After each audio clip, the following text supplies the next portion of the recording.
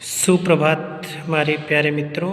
मैं अवनीश पांडे आपके अपने चैनल नॉलेज मंत्रामों में आपका स्वागत करता हूं।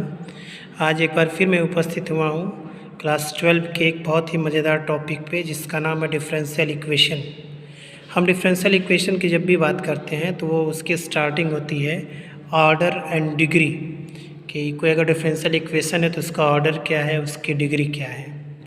और उसके बाद उसमें एक चीज़, दो टॉपिक और जुड़ जाएगा, general and particular solution. General solution और पर्टिकुलर सोल्यूशन। अगर हम पर्टिकुलर सोल्यूशन की बात करें तो पर्टिकुलर सोल्यूशन मतलब इसका एक ही सोल्यूशन हो, हमने वैल्यू पुट किया, जो वैल्यू गिवन है उसी पे उसका सोल्यूशन हो जाए। जनरल सोल्यूशन मतलब उस पर वैल्यू पुट करते जाएंगे तो सोल्यूशन मिलता चला जाएगा। फिलहाल हम ऑर्डर की बात करते हैं, डिफरेंशियल इक्वेशन के ऑर्डर की बात करते हैं। तो ऑर्डर क्या होता है? Order of differential equation is defined as the order of the highest order। यहाँ से आप ध्यान दीजिएगा, order of the highest order derivative of the dependent variable with respect to the independent variable involved in the given differential equation. तब अगर कोई differential equation given है तो उसमें जो हमारा डेरिवेटिव है हाइजेस्ट ऑर्डर का, वही उसका ऑर्डर हो जाएगा। ठीक है ना, जो डिपेंडेंट हो। ठीक, और डिग्री की बात करेंगे तो डिग्री क्या होता है? When it's polynomial equation derives is defined as a degree highest power. मतलब जो ऑर्डर हमने लिखा है उस ऑर्डर का जो सबसे हाईएस्ट पावर होगा वो कहलाएगी उसकी डिग्री, बट वो पॉलिनॉमियल में हो, पॉलिनॉमियल से हट के ना हो। जैसे कई फंक्शन ऐसे आएंगे जो पॉलिनॉमियल में नहीं होंगे तो वहाँ उसका तो हम ऑर्डर बता सकते हैं, बट उसकी डिग्री हम नहीं बता सकते। डिग्री के लिए लिखेंगे degree is not defined, degree के बारे में हमें कुछ भी पता नहीं है। ठीक है ना। तो अब इस टॉपिक को आगे बढ़ाते हुए हम थोड़ा डिस्कस करेंगे कि एग्जैक्टली अगर हमें डिग्री निकालना हो या पावर, डिग्री के साथ साथ उसकी इक्वेशन की पावर कितनी, ऑर्डर कितना है, तो उसी पे अब हम डिस्कशन करेंगे। उसका डिस्कशन हमारा ओवर होगा। डिफरेंशियल इक्वेशन हम देखिए क्लियर लाइट आ गई है। सपोज हमारे पास एक इक्वेशन हम लिखते हैं dy बाई dx पे power 4 plus 3x into d2y by dx square is equal to 0। ये एक इक्वेशन है dy बाई dx पे power 4 plus 3x into d2y by dx का स्क्वायर। हमें इसके डिग्री और ऑर्डर की बात करनी है।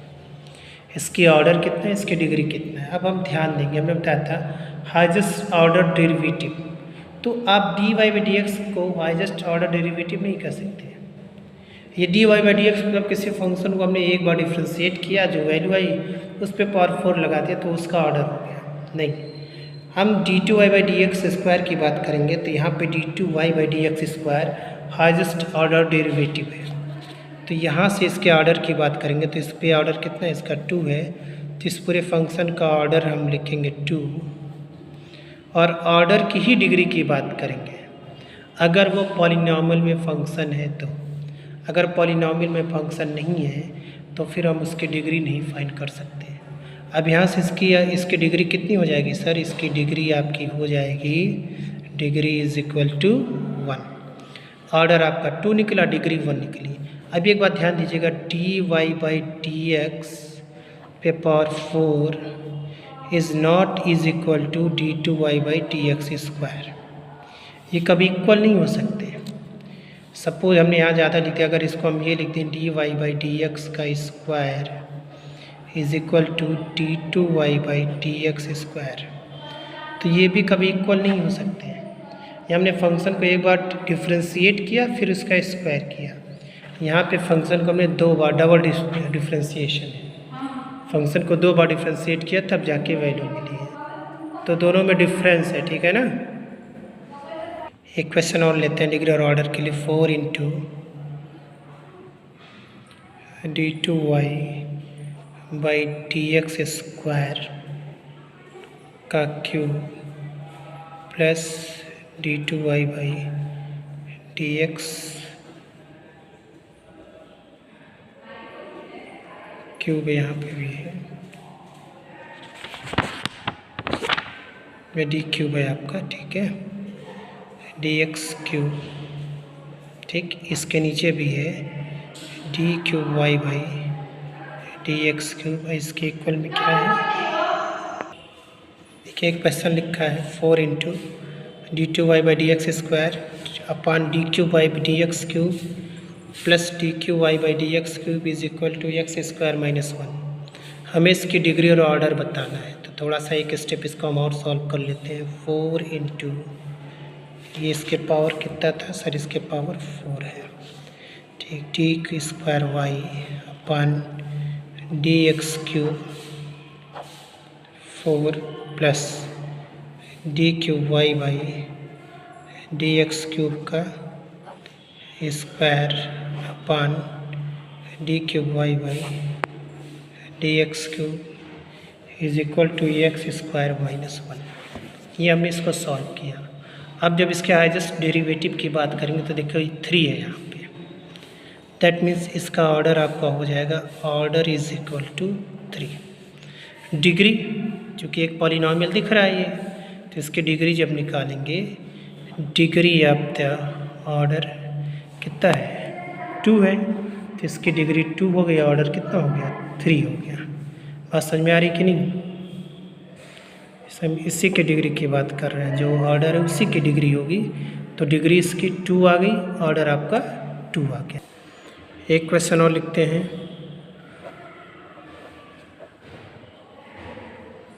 Plus sine D two Y by D X square is equal to 5। ध्यान दीजिएगा हमने एक क्वेश्चन लिखा है D cube Y D x cube plus sine D two Y by D X square is equal to 5। तो ये हमें दिख रहा है कि ये पॉलिनॉमियल नहीं है, क्योंकि साइन के साथ D Y by D X square दिया है।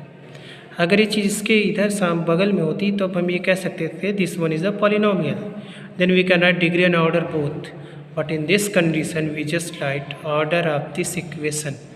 ऑर्डर कितना हो जाएगा 3, और इसके डिग्री की बात करेंगे तो डिग्री क्या करेंगे N D means not defined, because of this one is not so the polynomial sine D two Y by D X square, ये आपका पॉलिनॉमियल नहीं हो सकता। जब भी इस तरह के केस आएंगे तो आप केवल ऑर्डर फाइंड कर सकते हो, डिग्री नहीं फाइंड कर सकते हो।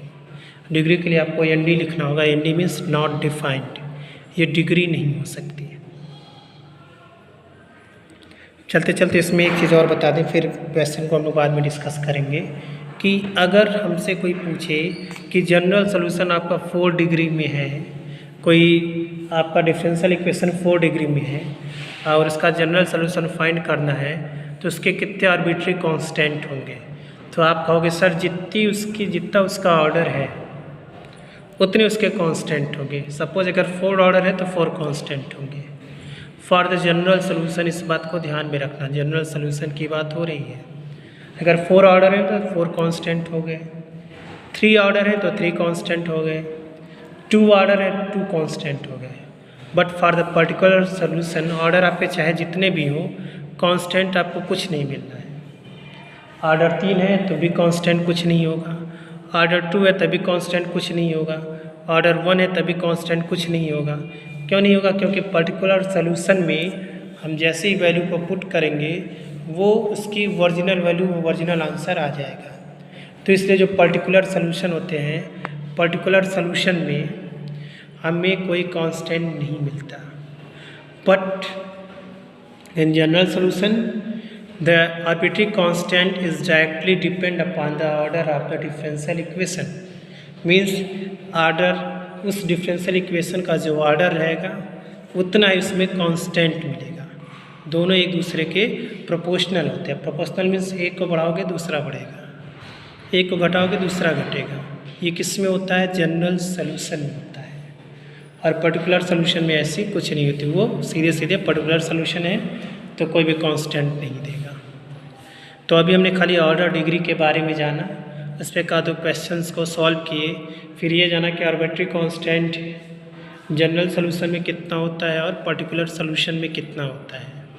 अब इसी टॉपिक को थोड़ा सा हम और आगे बढ़ाएंगे इसके सेकंड पार्ट में, जहाँ पे हम लोग डिफरेंशियल इक्वेशन को सॉल्व करेंगे और सॉल्व करके दिखाएंगे कि किस तरीके से जनरल इक्वेशन के कांस्टेंट मिलते हैं और पर्टिकुलर इक्वेशन के कांस्टेंट नहीं मिलते हैं। उसको हम इसके सेकंड पार्ट में डिस्कशन करेंगे। फ़िलहाल आज के लिए बस यही 2 टॉपिक है। इसमें अगर आपको कोई भी कन्फ्यूज़न होगा तो आप चैनल में भी हमारे कमेंट कर सकते हो, अदरवाइज हमसे डायरेक्टली पूछ सकते हो on my number. Thank you, have a great day.